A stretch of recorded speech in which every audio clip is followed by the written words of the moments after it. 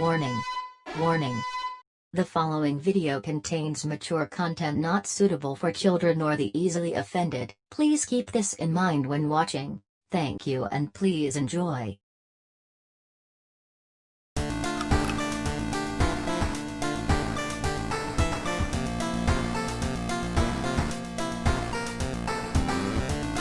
World of Horror is an 80s-styled roguelike RPG survival horror game developed by Panstaz and published by Spirit Games. I think I said those right. The game is a love letter to Junji Ito and H.P. Lovecraft, and while you could make a dictionary with all the references, it manages to carve its own niche in the conglomerate of survival horror games with its high-risk, high-reward gameplay, beautifully terrifying graphics, and great replayability. Although the game is in early access, it's stuffed with content and is constantly getting updated with new mysteries and events for you to sink your teeth into, or for them to sink their teeth into you. So, what the frick is so unnerving about a world of horror?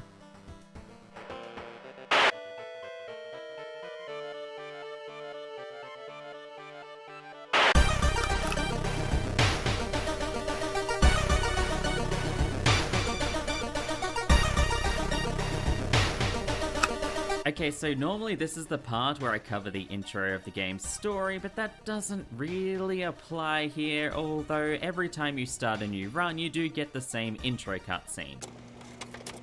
In the year 1980X, in the city of Shiokawa, something strange is happening. Cultists roam the streets and grotesque creatures scour the beaches. Eldritch horrors have come a-knocking to spread the good word of so it's up to you to work out what's going on while trying not to become a mangled mess of poor choices.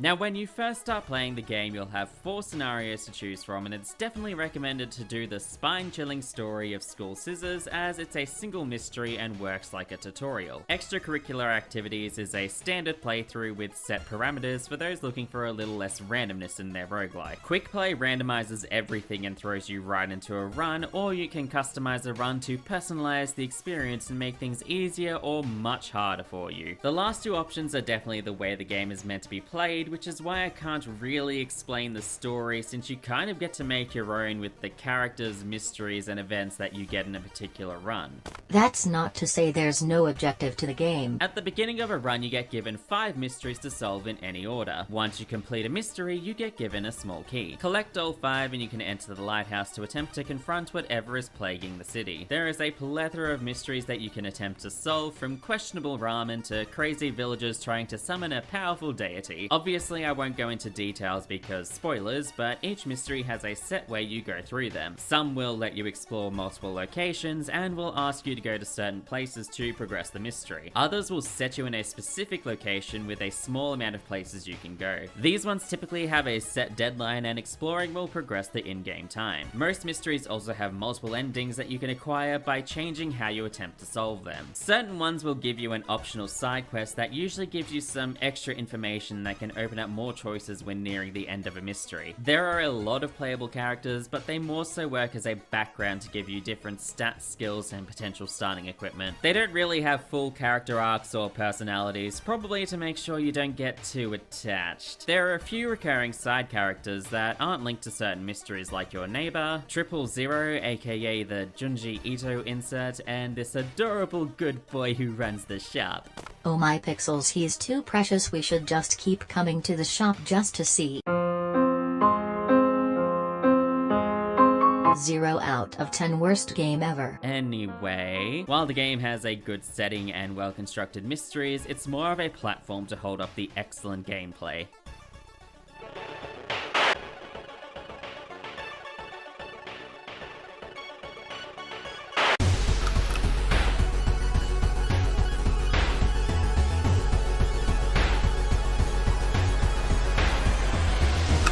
For a game that can have like 2 colors on screen, the gameplay is very complex and involved. The game uses a deck system to determine the events, mysteries, and items that can potentially show up in a run. If you choose to customize the playthrough, you can choose your character, a background, the difficulty, and an old god. Each old god has an effect on the game, such as Ath Yolazith, who makes any spell that costs reason increase doom instead. The more you play, the more options you can unlock, so you can have very different playthroughs each time. Seems like a lot of work. work just to start a game? Well, Miss Impatient, you can always go to Quick Play, which randomizes the entire run for you and chucks you right into the game. When you start, you begin in your house where you can watch TV, take a bath, and change outfits. Once you're ready, you can choose one of the 5 random mysteries to begin and can do them in whatever order you wish. You then need to pick where you want to go. The game most of the time will tell you how to progress the mystery, but you can go wherever you want within reason. Besides your home, you can choose to investigate an area. Investigating is what will trigger events, and they range from meeting strange people, coming across weird and disturbing sights, to combat encounters. Non-combat encounters will generally have you make a choice that will then roll a hidden stat check to determine whether you pass or fail. These will use your stats, which are strength, dexterity, perception, knowledge, charisma, and cash money. Each character has different stats, and you can increase, or if you're really unlucky, decrease these as you play. Passing a check can sometimes give you benefits like an increase to your stamina or reason, a new spell, or a new perk. Failing will generally reduce your health or give you a status ailment. There is an insane amount of horrifying events you can come across, and having certain items, allies, or perks can open up new options for you. I will say some of the events that basically screw you over regardless of what you do can sometimes feel unfair. Each area also has a special place you can visit. Going to your house lets you rest and regain stamina and reason. The school lets you try and recruit some poor teenager to throw at a supernatural entity with no face, or visit the library to learn new spells. Downtown has the police station to give them info and change the threat level of enemies, as well as the shop run by this little cutie. And of course the hospital to heal injuries and get some good old-fashioned drugs. Now the combat is turn-based and uses an action meter. You have a slew of offensive, defensive, supportive, and spiritual actions, and each of them have a certain amount of time that fills the bar. You need to make a sequence of whatever it is you're trying to accomplish and hope that you succeed. Enemy attacks can either hurt your stamina, reason, increase the doom level, or a combination of all 3. If your stamina or reason drops to 0 either in or out of combat, it's game over, kiddo, and if the doom meter reaches 100, then the old god shows up, and next thing you know, your organs are now smoothies. Doom also increases whenever you do anything, so think of it like a pseudo time limit, but there are a few ways you can reduce it. Now, going into all the nitty-gritty details of the combat could be an entire video itself, so I'll say unless it's a ghost, most things don't like getting stabbed, and spells can be very effective against certain enemies. You can equip weapons and special items that give you a boost to stats or some minor protection, and there are some consumables for quick heals. Spells are very powerful and range from large heals to actually ripping people's skin off, but they come at a high price, usually costing reason to use. Now, you can level up using the experience you gain, which lets you choose a perk and either increase a stat or increase your stamina or reason. Perks can give you a stat boost, help in combat, and can open up new options in certain events.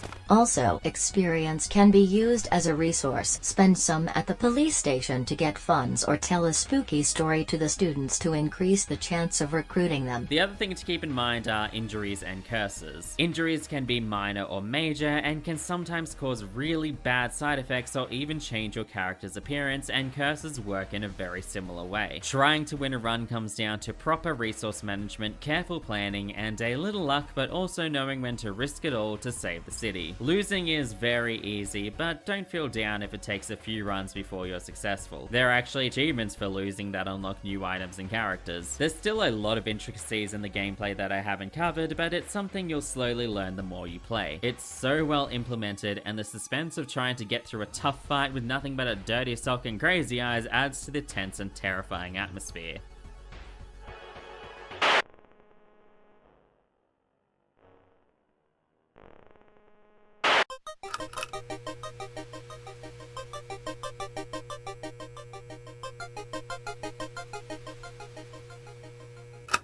Visually, the game is an aesthetic masterpiece, which is a big achievement for a game with a whole 2 bytes. I don't know if that's right. What do you mean? Never mind. Anyway, the art style is heavily influenced by Junji Ito, from the framing of the environments to draw your eye towards the most interesting aspects, to the overly detailed body horror that seems too realistic for the simple graphics. They even managed to emulate his way of drawing regular people with that slightly off look to them. It's incredible. The UI can take a bit of getting used to, especially especially working out what everything is, but once you do, it's pretty easy to navigate. I also love how you can see all the injuries and curses on the character portraits. It's a nice, if unsettling, addition. The monster designs are beautifully grotesque, from the simple bloated teacher to the lovely scissor lady with the biggest smile. Ebon, I'm very concerned with how calm you are about all this. I think I'm just a bit desensitized to this stuff. I'm not that easy. I hate you. The music is good. Okay, they're not exactly bangers that I'll be jamming to while doing the dishes, but the chiptune OST is super effective at setting the mood. The crunchy, messy sound of a lot of the songs keeps you in a state of constant unease. The ringing that sits in the songs is almost like an intentional earworm to keep it in your head well after you've turned the computer off. When combat starts, the music gets more intense but still has that unsettling tune throughout. They managed to make the music almost unbearable at times to their benefit, which is probably the most loaded compliment I think I've ever made. The sound effects are just as visceral and violently retro as you would expect them to be. Screeches from some inhuman horror, the slicing of a knife, the rustling of a mailbox that should be empty, the sound of flesh tear. Okay, we get it, just stop with the creepy vibes already. Sorry. Obviously the game is going for a very particular style, emulating those 1 and 2-bit games of the 80s while putting their own horrific spin on things.